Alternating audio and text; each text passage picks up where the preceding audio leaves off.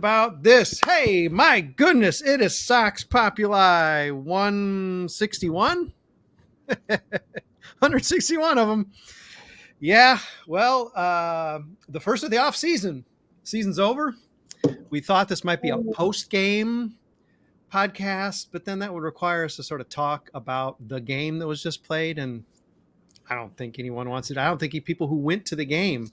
Hannah Lamada is writing our recap, and she's just trying to put it off. She's probably like watching Taylor Swift on Sunday Night Football or YouTube animal videos in order to not write this, because we don't even have it yet. It's not up yet as we're speaking to you live here on Saturday night. So even our writer for today's game, who's actually at the game, that's probably the reason why.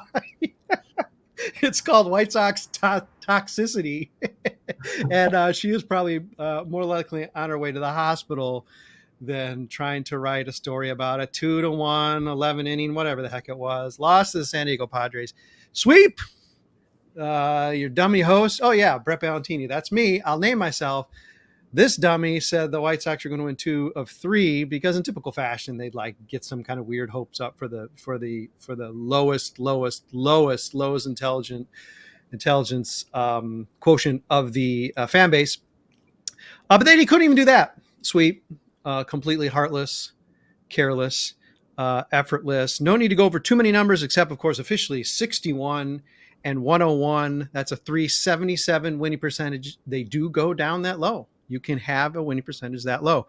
5th worst, all alone, not even tied with the ascendant, terrible 2018 Ricky's Boys Don't Quit. Not even tied with them. White Sox had to do them one better by being all alone 5th worst team in, I guess, officially 123 years, 124 unofficially, of White Sox baseball. And in 1900, they won a pennant, so they weren't that bad.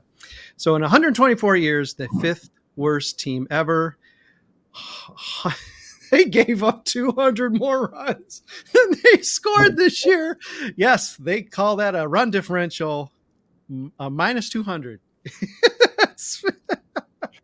That is 5th worst in White Sox history, whether you want to go per game, whether you want to go total. And I might even add what the White Sox are. It's the 5th or 6th worst team in history. Does it matter? If you're really going to split hairs about the 5th or 6th worst team, going into this last series against San Diego, had they swept, they could have fallen right out of the bottom 10 of worst White Sox teams ever. That was the range we're dealing with, just with 3 games left. And the White Sox, of course, seized the day, disappointed us all, and were swept by a San Diego team that had nothing to play for except wanting to rub the White Sox faces in it. And they did. They weren't all that impressive either, but sweep's a sweep. So let's just start it out as we often do on these podcasts with my esteemed guests, California Joe Resis, Dante Jones, and Brian O'Neill. Masochist Saul, please acquit yourselves, fellas, because I don't know why you're here. I don't know why I'm here, so I definitely don't know why you're here. But hey, let's kick it off with how you feeling? How you feeling about the 61 and 101? Just how you feeling as a fan, because we know what you're feeling about a 61 win team. It can't be good, but as a fan, your reactions to it finally being over on October 1st. Right. Well, I mean, you asked why we're here. I mean, since we split with the Astros, this is the best day of the season. Like, this is the first time I can celebrate. I think there was that Berger walk-off home run that was exciting, and then that was about it. Yeah. Good point. Yeah. This is called a highlight. Yeah. This is a funeral, but it's a good one. You know, when like someone particularly villainous dies, and you're like, the world is better for them having left it. Like, we are better off for the season being over. Yes. And that sucks. I mean, that's a terrible feeling. Like, even in bad seasons, you always have that, what is that Bart Giamatti line? Like, baseball is designed to break your heart. It leaves you alone when the world is cold. And it's like, normally I feel that way. And now it doesn't feel that way. And that's really sad. Like, I like that sadness of baseball ending. It sucks that I don't have that. Like, it's just relief. Yeah, not missing it, but just like go away for a while. And again, there's not even an excuse, as you outlined, Brian did in his piece that is running on the day we're recording here on Sunday, sort of outlining terrible, relatively recent, but terrible years in Sox. There's not even like you can say, oh man, now it's football time. I don't even have the excuse of being having my attention stolen by baseball, because there's nothing to look. I don't know when there's going to be something to look forward to next, because next spring there's not going to be much to look forward to. So, oh my gosh, yeah, the wasteland that is ahead of us. Dante and Joe, I don't know. It's October 1st. How you feeling? Welcome to spooky season. The spookiest thing we've seen has been happening for the last 6 months. The White Sox season, thank God, is over. I don't know how many people we got out there that are religious, but if you are religious, thank your creator, whoever you believe in, that you don't have to watch this team until, well, if you're like some people, you want to watch spring training. If you're like me, you'll tune in the last week of March, because I can't do spring training. And I'm happy it's over. I love baseball. I'm gonna keep watching. I'm gonna watch as much postseason baseball as I can, because it's my favorite time of year. Yeah. It sucks that the White Sox aren't there, but I mean, I'm 27. This has kind of been my life. So, I feel so sorry for you, Dante. I'm sorry. I got my one ring. I got a ring that's more than the Bears and the Bulls have given me. I mean, at least the Bulls won some while I was alive, but I wasn't able to pay attention. Yeah. So shout out to Jerry. Shout out to whatever the hell we just watched for the last 162 games. Funny that it's the 161st podcast, and I'm sure we would be better out there as managers or training staff at this point than anybody that works for the White Sox. I'm pretty sure that anybody listening to this feels similar to us. I remember, first part of the season, right after we beat the Astros, and the hopes were high. There wasn't flaws, but there was high hopes and all that. And now, 161 games later, look at where we stand. Yeah. 61 wins. We have 100 less wins than we have podcasts. We have a 200 run differential. I didn't realize that was a thing for a team that's supposed to be in the contention window. Yeah. The fourth worst team in baseball by my numbers. By numbers, I mean record. Yeah. All wonderful things. Anyway, I'm gonna stop. Highlights. Too long-winded. And I listen, I'm going to speak up for the irreligious. And frankly, whether you're religious or not, I think you could also take a turn, Dante, and curse, your creator, curse whoever's out there for making us go through 6 months of this misery. And worse, come around, about the time you start watching again. Oh boy, I really hope it's going to be something to be excited about, but something tells me the 6 months next summer might be worse. But we're going to talk about that as this podcast goes on. Of course, we want to hear from Joe Resis, who has, I think I've already explained to him, he has, at least for however temporarily, escaped the clutches of the Midwest. This is a time that he could start fresh. He could break away. He could start a sunnier, brighter day. And he's on a White Sox podcast, so something tells me he's failing in that mission. They got their clutches around you, and you just can't get away, can you, Joe? Exactly. I'm definitely relieved that the season has come to an end. This has certainly been an experience that I will probably remember for all the wrong reasons. It's 101 losses. I did not see that coming from a mile away at the beginning of the season. I was naive back in March, liking the Pedro Grifol hire, thinking that they would have an early bounce, in April, they're going to have a good month, and they'll largely be able to be 500 after the strong month of April, and that'll be enough to win the weak division. And instead, April was a disaster, and they were toast immediately, and it just never got better after that first month. And but definitely feeling a sense of relief now, and I'm looking forward to watching teams that are actually good play for the next few weeks. It'll be refreshing, I think, to watch the Braves, the Dodgers, the Orioles, the Rays, the teams that know what they are doing and play some really solid baseball. They do the things that Grifol likes to talk about how they're going to do well, but never actually do well. And that'll be good. If you focus too much on, and I think many of our staff watch a lot of different baseball. But if you really were just focused on the White Sox, I'm someone who probably doesn't. So it implies I've watched a lot of White Sox baseball. But if you did just watch White Sox baseball, yeah, you would forget that the things that are going to happen here in this postseason can't happen in baseball. I mean, we're so used to watching T-ball or Little League or whatever this has been.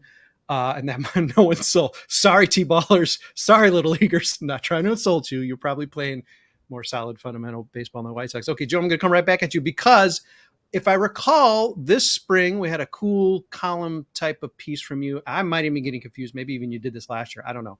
But it was recounting the 20 seasons of your fandom or something. And I want to say, I could be wrong, that last year you considered your most disappointing because they finished 500. I could be wrong. But I guess what I want to know is if you were to re-rack this list, does 2023 somehow top the list or come close, or because they didn't get out hot like you thought, were your hopes crushed so early that maybe it doesn't rank quite that high?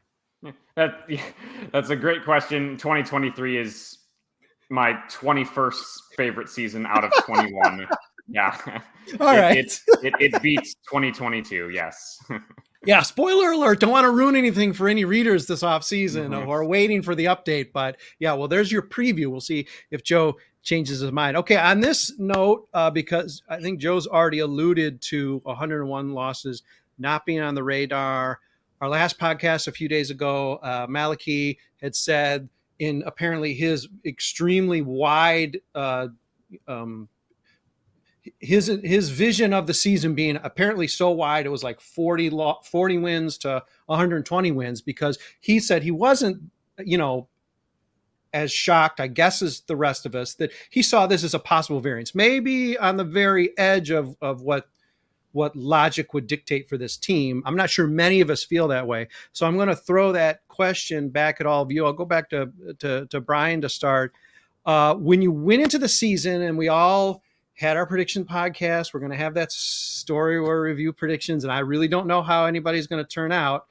We have to see how the playoffs play out as well, I suppose. We got the White Sox wrong. I'll say that. I'm going to guess that all 20 or so predictors got the White Sox wrong, and some of us got it worse than others. Brian, you and Malachi as well were among the sunnier predictors because you had them at least in the 90s of wins. And Malachi's logic, I think, is very similar to yours, which is, hey, I'm going to watch the season. I'm going to root for the team. If I'm going to, hope for a little bit better than maybe average, yeah, I'm going to do that. Okay, so as a guy who was thinking 91, 92, 93 wins, what was going into the season, what was your worst possible outcome, and was it anything near this? Because it could have been this. I mean, again, Malachi was sort of somewhat nonplussed about this being the outcome. But going in realistically, what were you thinking was sort of the bottom? If you were asked to pick a bottom out prediction, what would it have been? Probably around 500. I did not see this at all. Like my logic or thinking might even be the bad word for that going into the season, is that last year everything I thought could go wrong went wrong, and I was like, well, it can't happen again. Right. It just doesn't happen. Gotcha. It turns out there's so much more that I didn't even think could go wrong that went wrong. But I thought everything went wrong in 2022 is a failure of imagination to think of everything else that could. So no, I didn't see this coming at all. If you told me we were going to lose 90 games, I would have been stunned. I would have thought that Luis Robert didn't play the entire season. I would have assumed that, just a lot of stuff that did happen didn't. And I did not see this coming at all. Like 101 losses, it's staggering. I can't even wrap my head around it. Like, it just doesn't make any sense. The window is not just closed, it's shattered. Yeah. Well, in case, Brian, you think in case you feel foolish at all for thinking that everything going wrong would result in a 500 season, Malachi obviously is such a dominant presence on Southside Sox that he's here with us on this podcast, even though he's not here with us. So I'm going to cite him once more, because he says for next year, part of his logic in thinking that the White Sox won't be worse next year is that this year, everything that went, this was the 100th percentile of everything possibly going wrong, which tells you that there are some fans who actually, maybe, no diss, Malachi, still believe in Santa Claus. Anyhow, we disagree on how next year is going to turn out, and we will get to that also in the second half.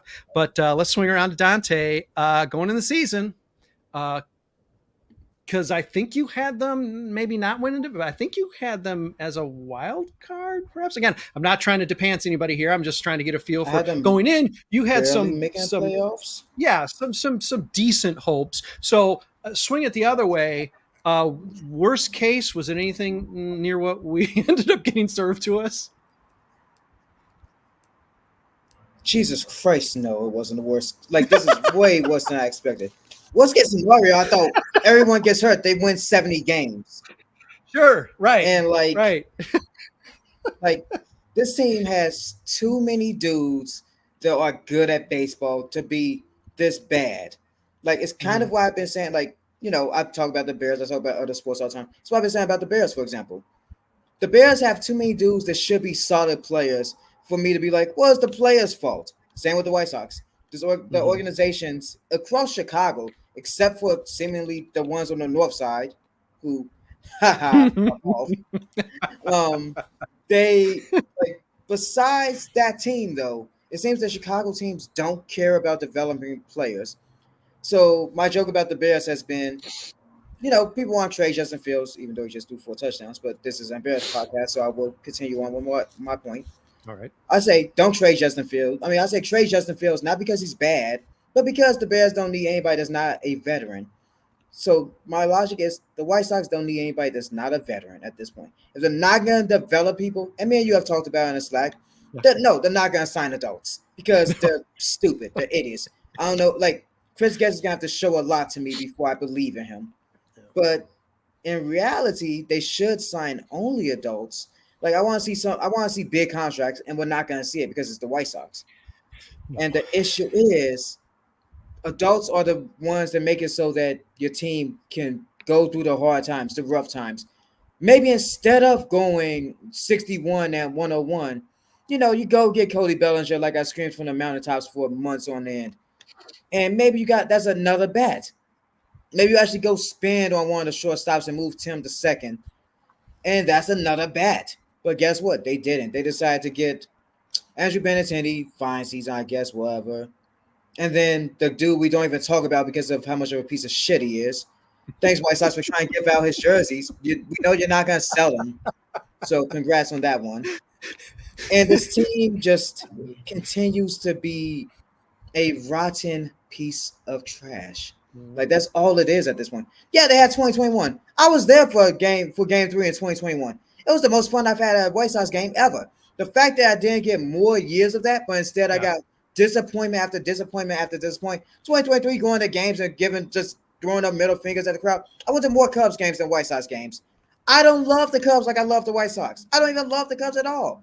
Yeah, I'm going to Cubs games because at least the Cubs put an entertaining team on the field versus the White Sox. The White Sox don't put an entertaining team on the field. Apparently, the security is shit, or police officers like to bring the guns everywhere they go. And I was at that game that, we ain't know anything about until after the game was over, until I'm walking out of the park. This team from top to bottom is mismanaged, and it results in a season in which a team that was from the beginning of the year until really the second week of April, everybody thought could be a contender. And instead, they decided to trip over themselves, step on a rake like the Sideshow Bob, and roll over and die, and let the Twins win the division. The Tigers aren't supposed to be ahead of the White Sox in the division. That's not how timelines are supposed to work. Yet the Tigers were in second place, which speaks to how horrible this division is. But my point is, the White Sox should have been, if everything goes right, the White Sox probably won 85 games. I had them at 84. That's about what I expected because they still didn't have too much. Everything went to shit as soon as humanly possible. And the sooner it went to, the further we got along, we got reports of players slapping each other. We got reports of other things happening in the locker room. More and more dysfunction. We don't even know what's going on at this point. And the White Sox are too cowardly to allow any of us into the locker room to, talk to someone because we'll actually ask questions. Yeah, Dante, the fact that it's clearly the highlight of your White Sox fan life, realistically going to games, is a single win in a single playoff series. Yeah, I mean, that's damning with some really faint experience and praise. Okay, Joe, you've given us the preview, but give us some more specifics about what you might have envisioned as the worst case scenario going into the season. I'm guessing compared to Dante and Brian, you might have even had more tempered expectations. I don't remember everyone's prediction. Maybe you were crazy and said 95 wins, but going in probably, reasonable somewhere in the 80s. I'm guessing you did not see 101 losses as anywhere near the worst case scenario. Right. I had them at 85 and 77 and winning the division by 1 game. And yeah, the 61 and 101 would have been an outlier in my opinion. Like I would not have considered it as within the realm of possibility at the beginning of the season. My worst case scenario would have been, pretty much a lot of players get injured, and as a result, they stumble to 72, 73 wins. It was hard for me to imagine. I want to say there was a Zips projection having them at 74, and to me that was like pretty close to like my worst case scenario. And I was like, it was hard for me to imagine anything worse than that. But yeah, I was like, if this team does worse than that projection, how would that look with this team? With they have a lot of talented players. How would it look seeing them just lose game after game like this? And I guess now we know how it would look. And the elephant in the room, although all of us, if we were to, again, if I was a clever producer or host, I'd like have queued up moments from the podcast to just pop in here and say, look, that person made such a weird prediction. But generally speaking, we all assumed the AL Central was going to be a bad division. It delivered, but some of that AL Central is bad. Well, I mean, you still say that with a wink or an asterisk. It could still mean there's 2 teams over 500. Maybe the second, third place team at 500. The division could have been better than it was. Whether this is exactly how we saw it, something that's easy to ignore in winning only 61 games is this division was as god awful as we thought. The Twins are nothing special. Pitching staff pretty tight and strong, but this is a bad team. Sorry, Minnesota. Bad division winner. I mean, they're on the road for the playoffs, right? Cleveland completely craters. Some idiots, like probably me, picked them to win the division. That they're horrible because, as Dante pointed out, Detroit sneaks in, I guess, past them. Who cares? But the only thing Detroit matters for is the fact that Miguel Cabrera retired today, and with Cleveland, yeah, and you've got Kansas City, making us look like we're a great team at 61 wins. So this division, if anything, maybe was worse than we thought, and yet the White Sox still only stumbled to 61 wins in a division that was every bit as bad as we thought, or maybe worse. Hey, let's take a break. We're going to start the second half of the podcast sunny. Go deal with it. If you cannot deal with that, dear listeners, readers, viewers, then after the commercial, I guess you're just gonna have to shut this off. If you can't take it, if you can't handle some Sox positivity, well, then take a seat, grab some bench. Anyhow, well, please stick with us. What else you got to do? You're listening to this podcast. I don't know what's wrong with you. We're on this podcast. I definitely don't know what's wrong with us. But if you're here already, stick around for another 10, 15, 20 minutes. We'll try to entertain you. I promise we'll be back in a minute.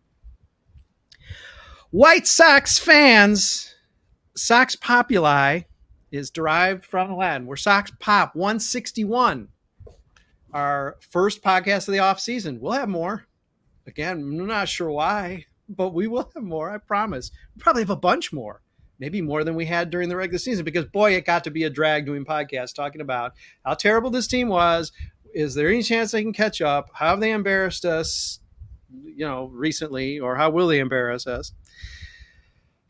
We're here, and we're kicking off the off season where the White Sox storm into the off season and toward the 2024 season with 61 wins. Worse than any of us thought really was possible. So let's just twist it a bit, because trust me, we're going to get a little scary and dark and negative here in the second half. There's no possibility of us going more than like 5 minutes of positive about the White Sox. And they're lucky they're getting that. White Sox, by the way, you're lucky you're getting this, okay? But guys, what I want to know is the positive, I'll say the most positive thing, but you might not have any. I doubt there can't be too many multiples.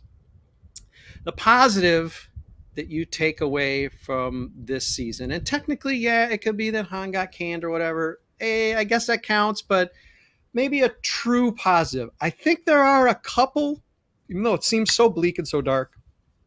There's at least one obvious one. What jumps to mind as a positive? Not that you'll think of 2023 fondly. What's a positive you'll take away from this season? Set you up. So lay something on me. I'm going to start with that down the stretch. When Moncada was healthy, he was hitting really well. I know that when Moncada's healthy is the mantra of kind of ridiculous. It's, the insanity is repeating the same thing over and over again and expecting the same result. Just we spent years saying if he's healthy, he's going to be good. And for a while now, I was thinking like, maybe that's not even true anymore. Yeah. Maybe he's just too many injuries, too much time away from the plate, and he's not actually going to be good. And yeah, this was a small stretch of baseball. It was the last month or so of the season. But as one of the last remaining Moncada defenders for the last couple of years, like I'm going to take that as positive. I'm going to say maybe he actually, if he stays healthy, can put together a good season and be the guy that we want. Maybe not as good as we want, but you know what in life is. Yeah. So I'll be fatalist about life and temper my but still slightly positive about you. Oh my God. Find some good in this one way, ticket to the grave. Yeah. Again, people keep coming up with really good pocket schedule titles for next year. And let's face it, White Sox baseball 2024, one step closer to the grave. Yeah, well, hey, we all are. Joe, Dante, what you got in terms of the sunny side of life? All right, so first things first, one less sunny thing because no one mentioned that first. Rest in peace, Tim Wakefield. Knuckleballer. Always fun to see a knuckleball, even though it's the weirdest picture in the history of life. My positive is very simple. Gregory Santos looks like he could be a guy in the bullpen. Mm-hmm. Once Liam went down, he looked like he could, if nothing else, at least handle it. He might not be great at it, but handle it is much better than what we saw at the beginning of the year between Kendall Graveman and some stretches of Reynaldo Lopez. I was wrong about Lopez being a closer. He's definitely a middle relief guy, but hey, we had some good stretches. And that's something good to look back on. Also, second half when Tim got healthy, look at that. Health means you do good. Same as Brian said about Moncada. When you get healthy, you do better. So maybe the training staff isn't as bad as we thought. Nah, that ain't true. We already know that bad. Yeah. Joe, what you got? Hit me with some sunshine. Fart some sunshine my way. I will take the obvious one and say Luis Robert Jr. was phenomenal. He was a pleasure to watch this year. About a 5-WAR player, stayed healthy nearly the entire season. And just, good with the bat, good with the glove. I mean, he was able to do pretty much everything out there. So, I mean, it was a pleasure having him on the White Sox this year. That was very good. Let's see. I want to give a shout out. Another shout out beyond an obvious one and someone who hasn't been taken yet. I'm kind of struggling here. Can I go to another team? Sure. There's no rules here. This is a 61-win team. Go to another sport if you want to. All right. Sebi Zavala's going to the playoffs. I'm very excited about that. Mr. 3 home runs. Yep. Yes, exactly. Also, people making a playoff appearance for the first time, former White Sox Jake Berger, and also former White Sox Kim Ng. I'm very happy for all of them, and definitely have some rooting interests this October thanks to them. That's a good way to put that. Joe highlighting just how desperate and pathetic and horrifying it is to be a White Sox fan, that in order to find something bright, we have to talk about other teams and traded players. With Gregory Santos being selected, who was the guy I brought up in the earlier podcast we did 3 games ago, covering some of the similar territory, I have to admit, as Joe just found out as he was clicking desperately to look for a player worth really citing, I'm not sure there are. So I have to pass, because you guys took all the good stuff, which is to say like 3 things of good stuff. Well, I've got one. Oh my God, please. This is actually not good, but it sounds fun. We had the fewest number of men left on base this season in baseball. That is clutch hitting, top to bottom. Guys get on, we bring them in. Some of those guys don't keep on base for us, but by almost 40 players, the amount of runners left on base. So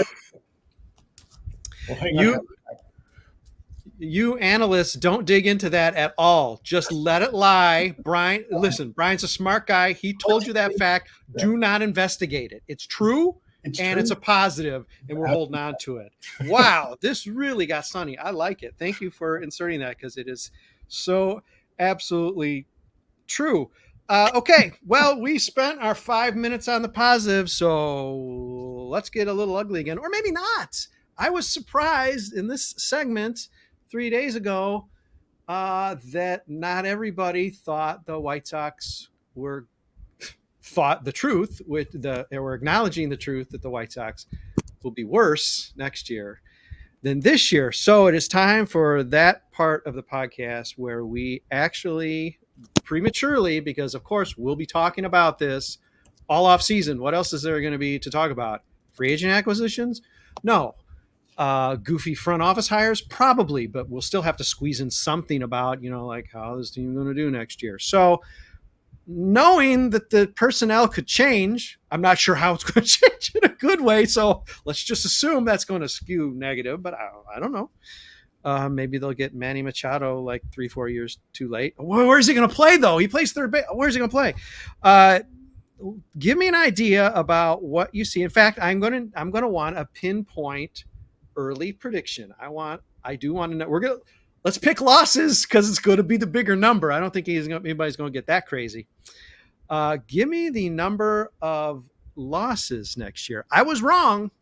The incredibly intelligent writer, editor, podcast host, dazzling personality, yes, can be wrong. I admit it. I actually had the White Sox all-time most losses as just 105, and that turns out to be wrong. It's 106. Again, a number you don't think is possible to lose in a season, even a 162 game season. But yes, in 1970, when I was a fan unaware of the horrors that lied in front of me because I was still wearing diapers, that 1970 team lost 106 games on 105. So that is the mark to shoot for. I'll start off because I did it last time, so I will amend my prediction, because I said, yes, they will break that record. Of course, I was crowing about 106. Turns out I'm wrong.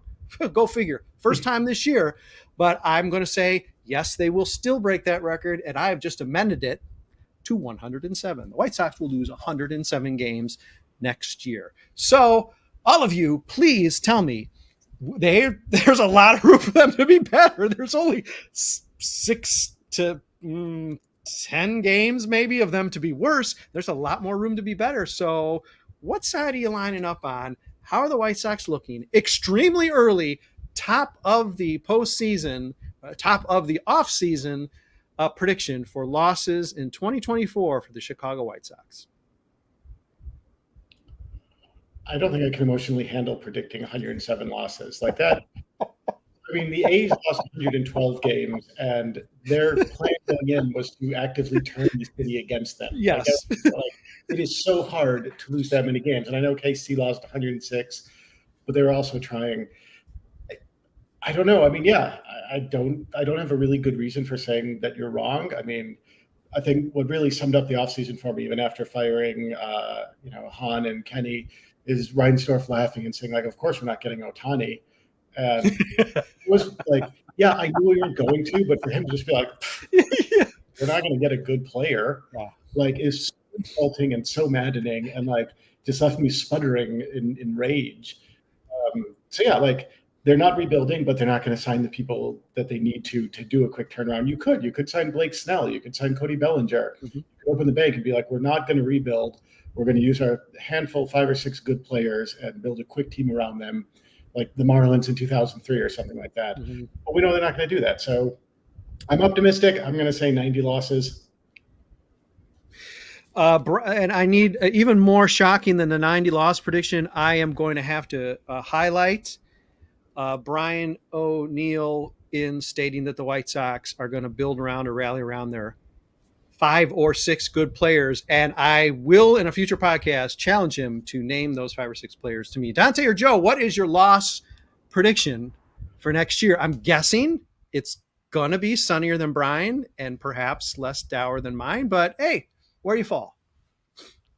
I am going to bring a little bit of positivity to this. I didn't bring that much of it in the last segment of this.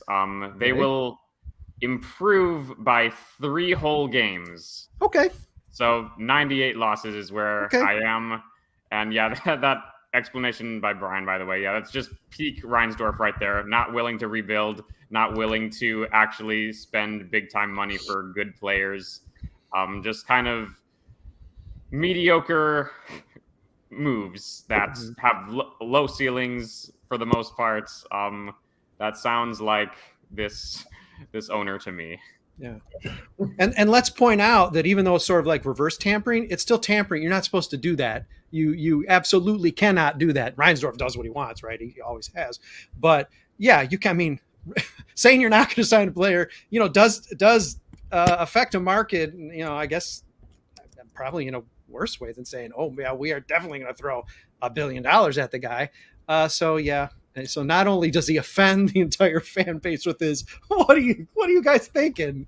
He won't even pitch next year. What am I spending for? Am I going to get a rebate? But yeah, he actually broke baseball rules. Okay, Dante. Well, I mean, we've covered it. So I'm curious to know where you're at. We've got the 90, we got the 98, we got the 107. So where are you falling? All right, so we have someone at 90, we have someone at 98, and someone at 107. Okay. I'm going 95 because, I don't see it, man. I don't see it. Although, it's funny because as the resident wrestling fan around here, I was thinking about an analogy to make. And he would hate it, but he's not a White Sox fan, so he would never listen to this. But it kind of reminds me of CM Punk in the last couple years of his wrestling life since he's returned, where, it went so well in the first year, like 2021. It went so well. And then it all went to shit in 2022. And then when you didn't think it could get worse, it got worse. That was 2023. Now, let's see, they fired, that company fired Punk, just like the White Sox fired Hahn and Kenny. Does that mean they'll improve for the White Sox like it improves for them? Probably not, because the White Sox, unlike them, have a bunch of fucking idiots instead, doing things instead of a couple of idiots. So 95, that would be an improvement, but also 95, in my opinion, if they have players like Luis Robert and like Dylan Cease, who, that man might mess around and get traded next offseason. This offseason. We'll see. It's the White Sox. 95 wins is unacceptable. Losses are unacceptable to me still because of the fact that you should expect more from your teams. That's a 6-game improvement, though, Dante. Come on. Yeah. And, it was what I was saying. I said it this morning when I saw the lineup for Fan Appreciation Day. I'm just like, you don't appreciate fans if you're going to try out this lineup. You can't even play Tim Anderson in the last game of the season. You can have him start, the biggest name on the team, not named Luis Robert, who's on the IL because he probably should have been on the IL a month earlier or something because he had a nice slump, and then they just let him play through it. There could have been a lot of games played incentives, though. Maybe Tim Anderson had a kicker at game 1 23, or I don't know, Andrew, I don't know, whoever else didn't play. I mean, at this point, the only thing that needs a kick is everybody in the front office. And Yeah. again, Chris Getz, I know you're not listening because you're probably a little sensitive because you're a dude that runs a baseball organization now. But if you are listening, just sign a adult or two. Sign one big name that will at least give us the tiniest, you barely see my hands, tiniest bit of hope. Dante, we already have Andrew Benintendi at home, so why are we going to go out and break a new record with a signing? Andrew Benintendi, the record breaker. Luis Robert should be breaking that record in a few years, but we all know he won't because the White Sox will let him walk. Probably. Hey, Dante, you'll be proud of me. I know something about wrestling. I know that CM Punk's theme song, or what we walk on or something, theme song you got, right? is Cult of Personality. All right. I knew We'll get that. It is a fact. It is the only banger he's had in about 8 years. All right. Well, at least he's got good taste in music. All right. Okay, CM, we know you're listening. And Chris, if you're not listening, we know somebody the White Sox is who's typing up some notes furiously. Oh man, that guy, that really loud guy, said it was going to be 107 losses. Chris, don't send him a Christmas card. Okay. Hey, we've got a lot of stuff going on in the offseason, and I dare say these three folks, along with myself, because I don't have any choice, will probably have something to do with that. Preview of coming attractions. Earlier than usual, we are going to roll out our prospect vote, where you readers name, I don't know, top 30 or so. We usually get about into the 20s before we run out of time into spring training, or I don't know, disinterest, or the Russian and Chinese and Indian hackers all break in and vote, Andrew Perez, the number 11th prospect in the White Sox organization. And no offense to El Platano, but he is not the number 11 prospect in the White Sox organization. So we're going to start that a little earlier. Probably let the poll run longer. I mean, if Colson is again the clear number one, well then of course we'll just shut down that poll after a day, and then we'll just roll out number two. We'll get Hamster will get that rolling out. We'll have our top 100 prospect countdown, which nobody else does, and a lot of people don't seem to like, because you're not supposed to do a top number 73 prospect, but why not? Who says you're not supposed to be able to do that?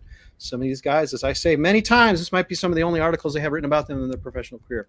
Why not give them some shine? And sometimes those guys actually take off and crawl their way up the system. Romy Gonzalez was not always, not that that's the best example, but hey, get well soon, Romy, wherever you are, So we will be rolling that out. Several of our writers will be chiming in on that. I will say, but that only sounds like we're more thorough than most people, because 100 prospects. How about that? There's a lot of people to write about and a lot of potential. And yeah, like you said, a lot of them might not come up, but guess what? Some of them might. I mean, we've had dudes that no one heard of until they got called up. I didn't know of a guy named Popeye until he came up. Was he used? No, not really. Exactly. You wouldn't. No one's gonna fault you for still not knowing, because he got to run in a game once. Yeah, whatever. He was good in warmups. Yeah, I know. I remember Rick Hahn making a big deal about somebody like a list of 60 or something. I'm like, oh yeah, Rick, we can do better than that. So yeah, we are doing better than that. So there, we'll roll that probably a little earlier as well. I don't know, but we'll get the vote rolling. We've got our White Sox Hall of Fame, which we normally do around. We do all our Hall of Fame voting, and I think we did the 2 votes this last offseason, regular Hall of Fame vote, veterans vote. Well, we never, I don't think, actually elect anybody because it's so challenging. And we didn't do, because there's no Sox Fest. We always timed it with Sox Fest. There's never a Sox Fest anymore.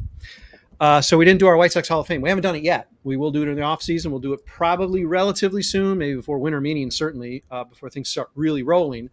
So we'll have that going. That's always a fun thing to participate in. Believe it or not, there are White Sox players not already enshrined who are certainly worthy of being enshrined in our Hall of Fame. We have 123 years of history, as you keep being reminded of by me, because of how horrible this team is. It's not always horrible teams. In fact, it's often decent or really good teams and really good players.